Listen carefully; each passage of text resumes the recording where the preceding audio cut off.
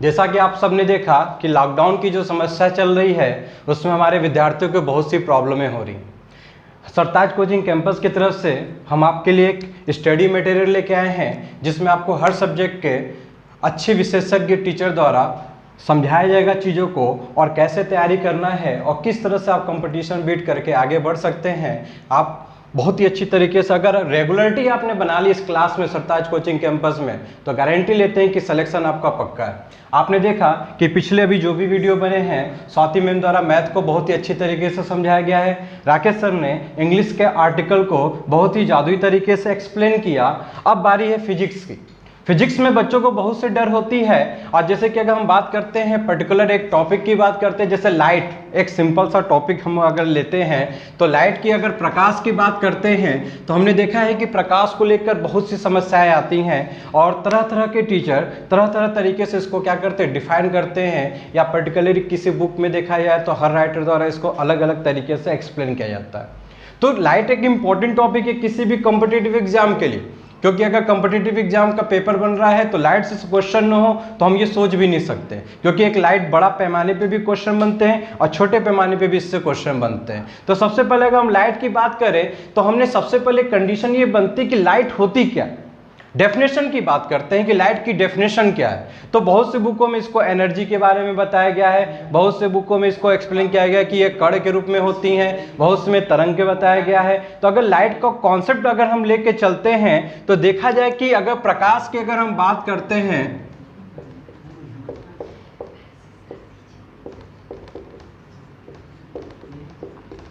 तो लाइट का डेफिनेशन कहां से बना। तो सबसे पहले अगर हम लाइट की बात करते हैं बच्चा, तो सबसे पहले अगर लाइट को देखा जाए तो एक साइंटिस्ट थे जिनका आप बहुत अच्छे से नाम जानते हो, वो साइंटिस्ट बहुत जानकार भी माने गए हैं, जिनका नाम हम बोलते हैं न्यूटन। न्यूटन जो साइंटिस्ट हैं सबसे पहले लाइट की डेफिनेशन उन्होंने ही दी और इनके अकॉर्डिंग ये कहा गया कि जो लाइट होती है it is made by a particle, जिसे कण कहते हैं और फिजिक्स के लैंग्वेज में इसे कॉर्पस्कुलर कहते हैं। तो सबसे पहले अगर देखा जाए कि लाइट की डेफिनेशन निकल के क्या आई थी फिजिक्स में, तो हम कह सकते हैं कि light is made by a small particles.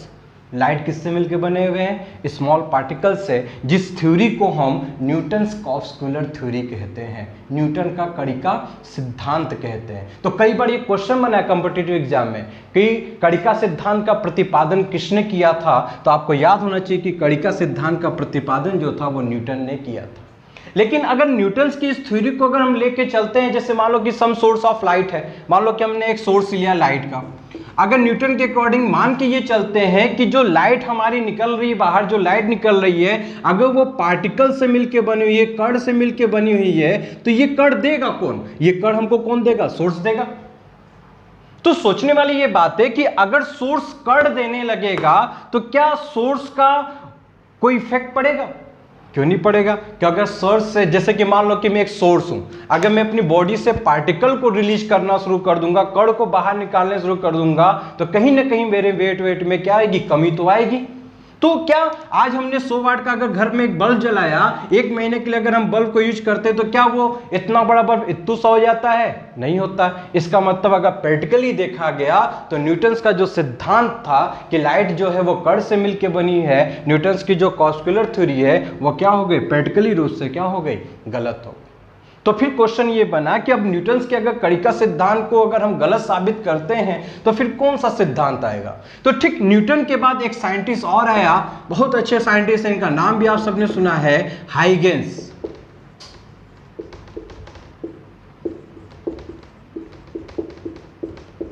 Huygens की बात करते हैं। हाइगेंस ने तरंग सिद्धांत का प्रतिपादन किया, किस सिद्धांत का, तरंग सिद्धांत का। और हाइगेंस ने ये कहा कि जो प्रकाश होती है, जो लाइट होती है, वो तरंग के रूप में पाई जाती है या तरंग के रूप में क्या होती है, विचरण करती है। तो हाइगेंस ने तरंग सिद्धांत का प्रतिपादन किया, लेकिन न्यूटन उस समय का एक बड़ा वैज्ञानिक था, न्यूटन्स को हम ऐसे ही गलत साबित नहीं कर सकते थे। तो 2 साइंटिस्टों में विवाद उत्पन्न हो गया। उस कंडीशन में लोगों ने कहा कि हम न्यूटन को लेके चलेंगे, कुछ ने कहा नहीं कि हाइगेंस भी अच्छे जानकार हैं, हाइगेंस की बात को सही है। तो हम किसकी तरफ जाएंगे, हम कणिका सिद्धांत को लेके चलेंगे या हाइगेंस के तरंग सिद्धांत को लेके चलेंगे। तो उस समय जब ये विवाद चल ही रहा था, उस समय जब ये विवाद की स्थिति हमारे सामने आई, तो हमने देखा कि उस समय एक वैज्ञानिक निकल के आया जो कि अपने जाने माने अपने क्षेत्र का बहुत बड़ा वैज्ञानिक है, जिसके कॉन्सेप्ट को हम नेग्लेक्ट नहीं कर सकते। उस साइंटिस्ट का नाम था मैक्सवेल। क्या नाम था? मैक्सवेल। और आप सबको पता है कि इलेक्ट्रोमैग्नेटिक वेव, विद्युत चुंबकीय तरंग की जो खोज करने वाला वैज्ञानिक है वो कौन था? मैक्सवेल ही था। यहाँ पे कई तरह के क्वेश्चन तैयार हो रहे हैं, आपको ध्यान दीजिएगा एक एक पॉइंट को। इसमें कई तरह के क्वेश्चन आपके क्रिएट हो रहे हैं कि मैक्सवेल ने किसकी डिस्कवरी की थी?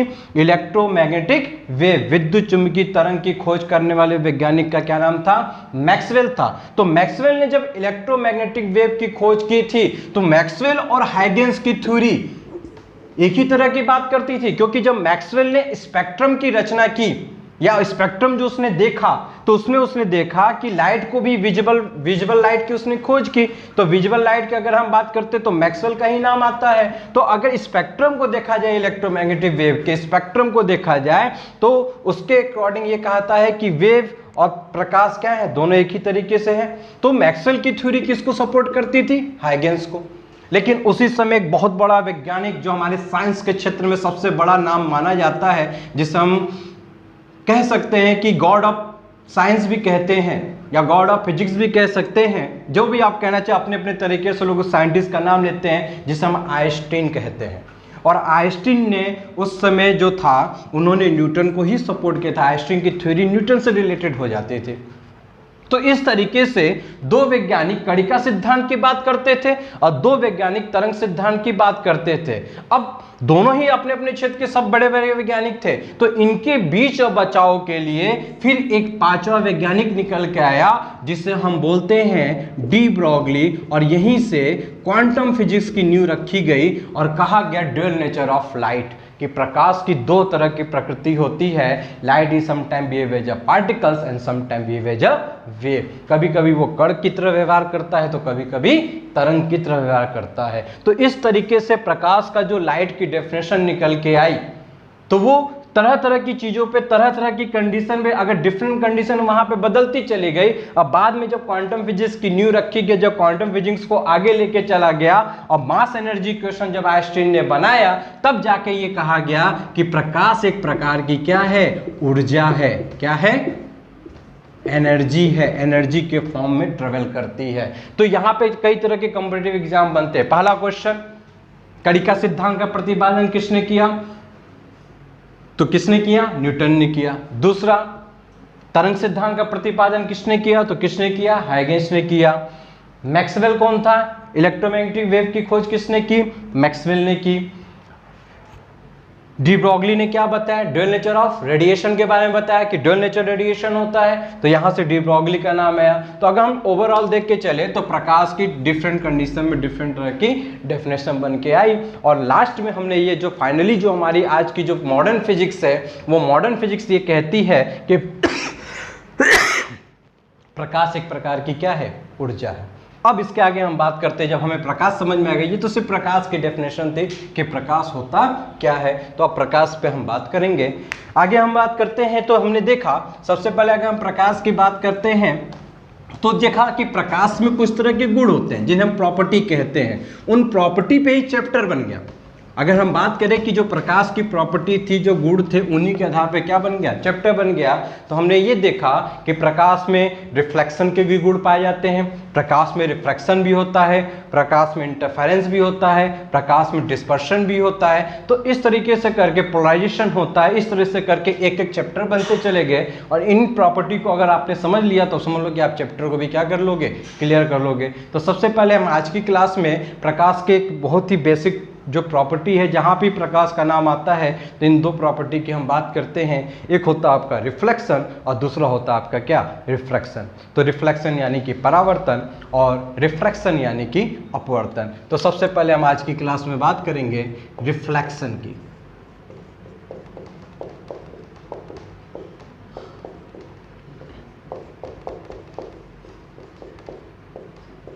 परावर्तन की बात करेंगे, रिफ्लेक्शन की।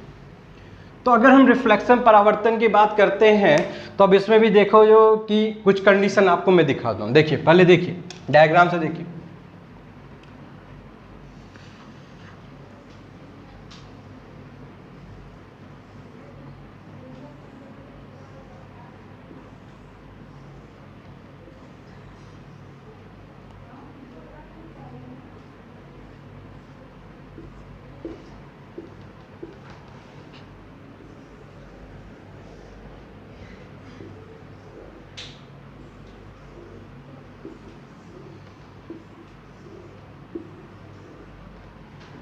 ऐसी चीजें बनती हैं। रिफ्लेक्शन की सिर्फ पर्टिकुलर रिफ्लेक्शन, परावर्तन की अगर हम बात करते हैं तो वो क्या होती है, उसकी कंडीशन को समझिए पहले, बहुत अच्छे से डायग्राम में आपके सामने रखा हूं, इन्हीं से समझिए। रिफ्लेक्शन में अगर डेफिनेशन की बात की जाती कि सिर्फ ओनली रिफ्लेक्शन की बात करेगा, अगर मुझे सिर्फ रिफ्लेक्शन को डिफाइन करना हो तो मैं क्या कहूंगा, तो रिफ्लेक्शन कहता है कि जैसे कि मान लो कोई प्रकाश है, सिंपल से लैंग्वेज में समझो कि अगर कोई प्रकाश है तो आप समझते हैं कि कोई ना कोई माध्यम चाहिए, मीडियम है, माध्यम है, तो कहता है कि अगर कोई प्रकाश किसी माध्यम से आती है और after incident it is return to the same medium, यदि वो सेम मीडियम में चली जाती है तो हम कहेंगे कि वहां प्रकाश का क्या हो रहा है, परावर्तन हो रहा है, यानी कि रिफ्लेक्शन हो रहा है। अगर माध्यम चेंज ना हो, अगर प्रकाश किसी माध्यम में संचरित होती है और इंसिडेंट करने के बाद, किसी सरफेस पे आपतित होने के बाद, इंसिडेंट करने के बाद यदि उसका माध्यम परिवर्तित नहीं होता है तो हम कहेंगे कि वहां पे प्रकाश का क्या हो रहा है, परावर्तन हो रहा है। अब ये परावर्तन की अगर हम बात करते हैं तो ये परावर्तन की भी दो कैटेगरी रखी गई है।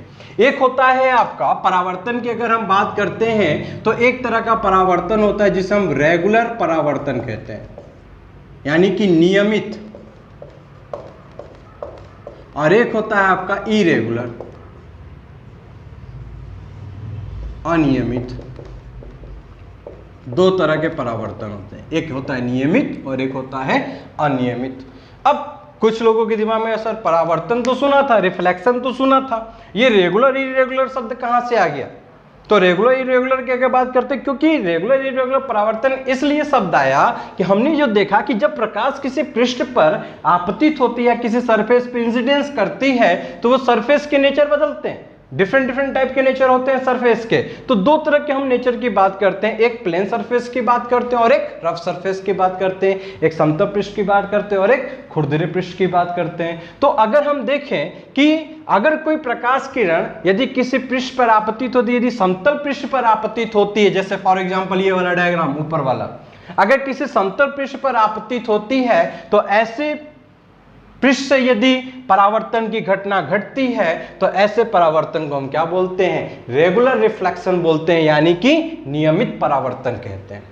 और यदि कोई प्रकाश किरण किसी रफ सरफेस पे क्या होती है, आपतित होती है और वहां यदि परावर्तन की घटना घटती है तो ऐसे को हम क्या बोलते हैं, अनियमित परावर्तन कहते हैं। तो अब क्वेश्चन ये बनेगा सर क्या हम छू छू के देखेंगे क्या कि प्लेन सरफेस है, समतल सरफेस है या खुरदरा सतह है, हमको कैसे पता चलेगा, अगर प्रैक्टिकली पता करना हो तो ये कहा गया। अगर डेफिनेशन, अगर पर्टिकुलरली मैं इसकी डेफिनेशन की बात करूं कि नियमित परावर्तन या अनियमित ये तो एग्जाम्पल है कि अगर समतल पृष्ठ होता है तो समतल पृष्ठ हम बोलते हैं कि नियमित परावर्तन हो रहा है, यानी कि रेगुलर रिफ्लेक्शन हो रहा है, और अगर रफ सरफेस है तो हम ये बोलते हैं कि वहां से क्या हो रहा है, अनियमित परावर्तन, यानी कि इरेगुलर रिफ्लेक्शन हो रहा है। लेकिन अगर हमको डिफाइन करना हो तो कैसे डिफाइन करेंगे नियमित और अनियमित को, तो कहता है कि when incident ray and reflected ray parallel to each other, यदि एक दूसरे की अगर पैरेलल होती हैं तो हम कहते हैं कि वहां से जो परावर्तन हो रहा है वो क्या हो रहा है, नियमित परावर्तन, यानी कि रेगुलर रिफ्लेक्शन हो रहा है। और यदि वो पैरेलल नहीं होती हैं तो हम बोलते हैं, यदि एक दूसरे के समांतर नहीं होती तो हम बोलते हैं कि वहां क्या हो रहा है, अनियमित परावर्तन हो रहा है। ये दो तरीके से चीजों को क्या करते हैं, डिफाइन करते हैं। तो ये सिर्फ परावर्तन की घटना हो गई कि परावर्तन समझ में आया, सबको क्लियर हुआ कि परावर्तन क्या होता है, कि अगर कोई प्रकाश किरण किसी माध्यम में किसी पृष्ठ पर आपतित होती या संचित करती है और after incidence it is return to the same medium, यदि आपतन के पश्चात वह वापस उसी माध्यम में क्या होती है, पुनः लौट जाती है, तो इस घटना को हम क्या बोलते हैं, प्रकाश का परावर्तन कहते हैं। और ये दो प्रकार के होते हैं, नियमित और अनियमित। नियमित यानी कि समतल पृष्ठ, और अनियमित मतलब क्या हो गया, इरेगुलर मतलब खुरदरा पृष्ठ, यानी कि रफ सरफेस की बात करते हैं। अब आगे आ कहते हैं, जब परावर्तन को हमने डिफाइन किया तो यहीं से डेफिनेशन निकल के आई किसकी, जो आपने देखा है, लॉ ऑफ रिफ्लेक्शन, लॉ की बात करते हैं, लॉ की बात करते हैं। तो लॉ आप सब जानते हैं कि ये आने वाली जो रे है इसको आप क्या बोलते हैं, इंसिडेंट रे बोलते हैं। ये जो आफ्टर इंसिडेंट जा रही है इसे आप रिफ्लेक्टेड रे बोलते हैं। और ये आपका क्या होता है, नॉर्मल होता है, यानी कि अभिलंब जिसे कहते हैं नॉर्मल होता है, ये आपतित किरण होती है, ये परावर्तित किरण होती है, और ये क्या होता है अभिलंब होता है। तो पहला नियम ये कहता है कि यदि incident ray reflected and normal lies on the same point या सेम प्लेन, यदि आपतित किरण, परावर्तित किरण तथा अभिलंब तीनों एक ही बिंदु या तीनों एक ही तल पे पाए जाते हैं, पहला नियम ये कहता है क्या, लॉ ऑफ रिफ्लेक्शन का यानी परावर्तन का नियम, और दूसरा ये कहता है कि अभिलंब के साथ ये जो आपतित किरण जो एंगल बनाएगी इसे आपतन कोण I बोलते हैं, और ये जो बनाती है इसे परावर्तन कोण R बोलते हैं। तो कहता है कि आपतन कोण और परावर्तन कोण क्या होते हैं, एंगल I इक्वल टू क्या होता है, एंगल R होता है। तो ये आपको क्या करता है, सिर्फ परावर्तन को हम क्या करते हैं, डिफाइन करते हैं, एंगल I इक्वल टू क्या होता है, एंगल R होता है। अब परावर्तन की अगर हम बात करते हैं, तो परावर्तन की अगर रिफ्लेक्शन की अगर हम बात करते हैं, तो जब हम आगे बढ़ते हैं तो हम देखेंगे बहुत सी चीज़ें निकल के आएंगी। लेंसेज तो बात की चीज़ है, ये जो परावर्तन का है, अगर परावर्तन की घटना की बात करेंगे तो जहां परावर्तन की घटना की बात करते हैं, तो अगर मुझे बात करूंगा मिरर की, किसकी बात करूंगा, मिरर की बात करूंगा, जहां मिरर है वहां हम जानते हैं कि वहां क्या हो रहा है, रिफ्लेक्शन हो रहा है, क्योंकि मिरर में सिर्फ एक ही घटना घट सकती है, वो कौन सी है, परावर्तन की घटना, यानी रिफ्लेक्शन ही हो सकता है, कभी भी वहां रिफ्लेक्शन नहीं होगा किसी मिरर में, अगर मिरर है तो। अब मिरर की बात करते हैं, तो मिरर के अब सब जानते हैं कि 3 टाइप के मिरर होते हैं, 3 टाइप्स के मिरर हमने ऐसे कैटेगरी रखी गई है, 3 टाइप्स के मिरर आप सबको पता है क्या होते हैं। पहला मिरर कौन सा होता है, प्लेन मिरर, समतल दर्पण होता है। दूसरा मिरर जो होता है कौन सा बताइए, कॉनकेव कि convex, not concave no convex. दूसरा होता है आपका क्या, पैराबोलिक मिरर। कौन सा मिरर, पैराबोलिक मिरर, जिसे हम बोलते हैं क्या, परवलयाकार दर्पण। और तीसरा होता है आपका स्फेरिकल, और भी होते हैं लेकिन 3 कैटेगरी हम लेके चल रहे हैं, 3 ही लेके चलेंगे। स्फेरिकल मिरर यानी कि गोलीय दर्पण। अब आपके दिमाग सर अवतल उत्तल हमने पढ़ा था दर्पण के बारे में, तो कॉनकेव और कॉन्वेक्स की बात कर रहे हैं दर्पण, आपने तो बोल दिया कि 3 ही तरह के मिरर होते हैं, 3 ही तरह के दर्पण होते हैं। एक होता है प्लेन समतल दर्पण होता है, एक पैराबोलिक यानी कि पराकार दर्पण होता है, तीसरा गोली यानी कि स्फेरिकल मिरर होता है। अवतल उत्तल कहाँ के लिए, अरे बच्चा spherical mirror is divided by 2 parts, जिसे हम एक को बोलते हैं कॉनकेव और दूसरे को क्या बोलते हैं, कॉन्वेक्स बोलते हैं। ये 2 भागों में डिवाइड होता है स्फेरिकल मिरर, समझ में आया। तो ये हमारा ज्यादातर हम जो चीजें देखते हैं, या तो हमको प्लेन मिरर पे घटना देखने को मिलती है कॉम्पिटिटिव एग्जाम में, या तो हमको किस पे मिलती है, स्फेरिकल मिरर पे ही मिलती है। और इनकी डेफिनेशन तो कुछ जानने की जरूरत नहीं है। ऐसा मिरर जिनका जो रिफ्लेक्टिंग सरफेस होता है, जहां पे प्रकाश आपतित हो, अगर वो प्लेन होता है तो वो प्लेन मिरर होता है। ऐसा मिरर जिसका रिफ्लेक्टिंग सरफेस पैराबोलिक होता है वो पैराबोलिक मिरर होता है। और ऐसा मिरर जिसका जो रिफ्लेक्टिंग सरफेस होता है वह यदि स्फेरिकल होता है तो वो स्फेरिकल मिरर होता है। और spherical mirror is divided by 2 parts, number 1 concave mirror, number 2 convex mirror. एक को हम बोलते हैं बच्चा अवतल दर्पण और दूसरे को क्या बोलते हैं, उत्तल दर्पण बोलते हैं। ठीक, तो ये आपके क्या होते हैं, स्फेरिकल मिरर होते हैं। अब इन्हीं पे हमको घटना को देखनी है कि प्रतिबिंब कहाँ बनती है, वस्तु को कहाँ रखेंगे, किस तरीके से फॉर्मूले को यूज करते हैं, और कितने टाइप्स के क्वेश्चन कैसे बन रहे हैं, न्यूमेरिकल कैसे बनेंगे इस पर, या कॉन्सेप्चुअल क्वेश्चन कैसे बनेंगे, प्लेन मिरर का यूज कहाँ करते हैं। जैसे बहुत तरह के क्वेश्चन हम देखा है कि बहुत से कोई कॉम्पिटिटिव एग्जाम पूछा जाता है कि जो साइड मिरर होता है गाड़ियों में वो कौन सा मिरर होता है, कॉनकेव होता है या उत्तर होता है, या आपका जो हेडलाइट होता है कौन सा मिरर होता है, दाढ़ी बनाने के लिए, शेविंग करने के लिए हम कौन सा मिरर का यूज करते हैं। डिफरेंट टाइप के क्या होंगे, बात करेंगे मिरर की। तो हमारी जो नेक्स्ट क्लास होगी बच्चा वो मिरर से संबंधित होगी, उसमें हम प्लेन मिरर से रिलेटेड इंसिडेंट को देखेंगे, फिर हम देखेंगे कॉनकेव के लिए और किसके देखेंगे, कॉन्वेक्स के लिए, यानी अवतल और उत्तल की क्या करेंगे, बात करेंगे। तो मुझे लगता है कि आपको समझ में आया। फिर से ध्यान दीजिएगा, एक एक पॉइंट को क्लास में ध्यान दीजिएगा, क्योंकि जो भी बताया जा रहा है हर एक पॉइंट पे क्या होते हैं, क्वेश्चन आपके बनेंगे और उनको एकदम अच्छे से तैयार करिएगा। अब आपके सामने अगली जो हमारे क्लास होगी, आप सबको पता है कि राकेश सर ने इंग्लिश की क्लास आपकी ज्वाइन की, आप लोगों ने ज्वाइन किया, स्वाति मैम की मैथ की क्लास ज्वाइन की। अब हमारे बहुत ही जादुई कह सकते हैं कि उनके हाथों में, उनकी बातों में ही जादू लगती है। अगर हम बात करें तो रीजनिंग के जाने माने हमारे टीचर जिनके बनारस से लेकर पूरे पूर्वांचल तक में उनका नाम है, जो आप सब चिर परिचित है, नाम से ही जान गए होंगे कि हमारे बनारस के सरताज हैं वो एक तरह से, और उनको हम बोलते हैं क्या, विवेक गिरी सर। उनकी अगली क्लास रीजनिंग की है, प्लीज़ ज्वाइन करें। आई होप आपको मज़ा आ रहा होगा। Thank you.